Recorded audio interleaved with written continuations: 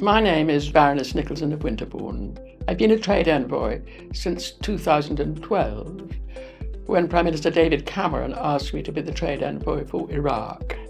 I retained that position. I've done a huge amount of work in Iraq.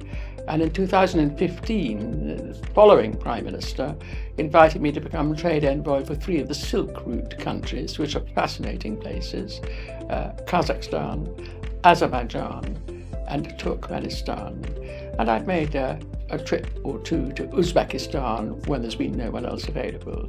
So the whole region, the Silk Route region, is enthralling. Very, very interesting.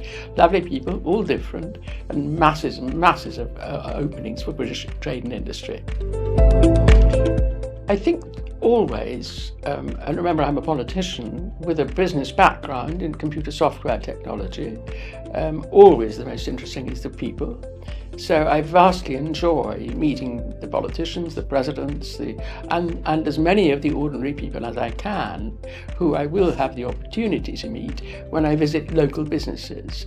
So perhaps the most interesting thing for me is visiting local businesses, learning about what they're doing, how they're succeeding, and how we from Britain can link in and make joint partnerships. Sometimes these are very small, and they grow and grow and grow. Aberdeen Angus, for example, begins small, but I'm sure we're going to have huge herds of them in Kazakhstan soon. And sometimes they're very, very big. These are oil and gas countries, for example, energy. So energy going green and how these businesses are going to work it. In Azerbaijan, for example, the big fish, of course, is BP, who are brilliant and fascinating to work with. So, but the small businesses are just as interesting, and it's the partnership and the cooperation between our country, our businesses, our industries, and our British Council. Our creative industries are hugely important, and the business and industries and creativities in those countries which I serve.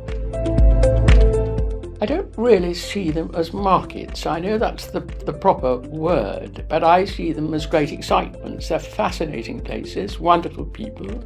They've got a different perspective on different businesses and industries, but they are crucially important in today's world.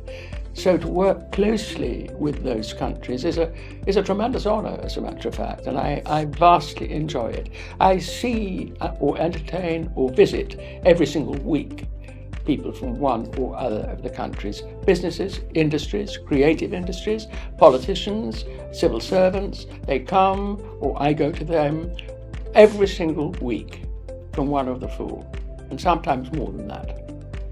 These are energy countries. So huge. If you took Turkmenistan, it's the 3rd biggest source of gas in the globe.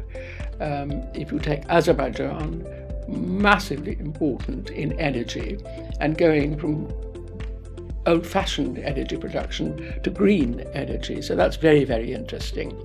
This year, for example, Azerbaijan is hosting COP29. So all sorts of excitements go on in all the countries. I would not dream of giving advice to British business people. They are themselves outstandingly good and very, very, very, very successful. I think the only thing I would say is be bolder. I'm surprised at how not timid, but how unself-confident some British businesses are. They say, oh, it's all a little bit difficult. Not difficult at all. It's easy as anything.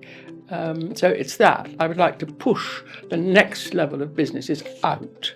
The front runners are there already, and they're thrilling to work with. But there's a huge tranche of British businesses behind those front runners, and they don't move. So please stop being homebodies. Get out and about. That's all I would suggest. I don't know if my role as a trade envoy is crucial at all. I do know that it's enormously enjoyable, and that if we can make a success in terms of a partnership, new cooperation or new contracts, then it's very exciting indeed, and that gives me personal pleasure.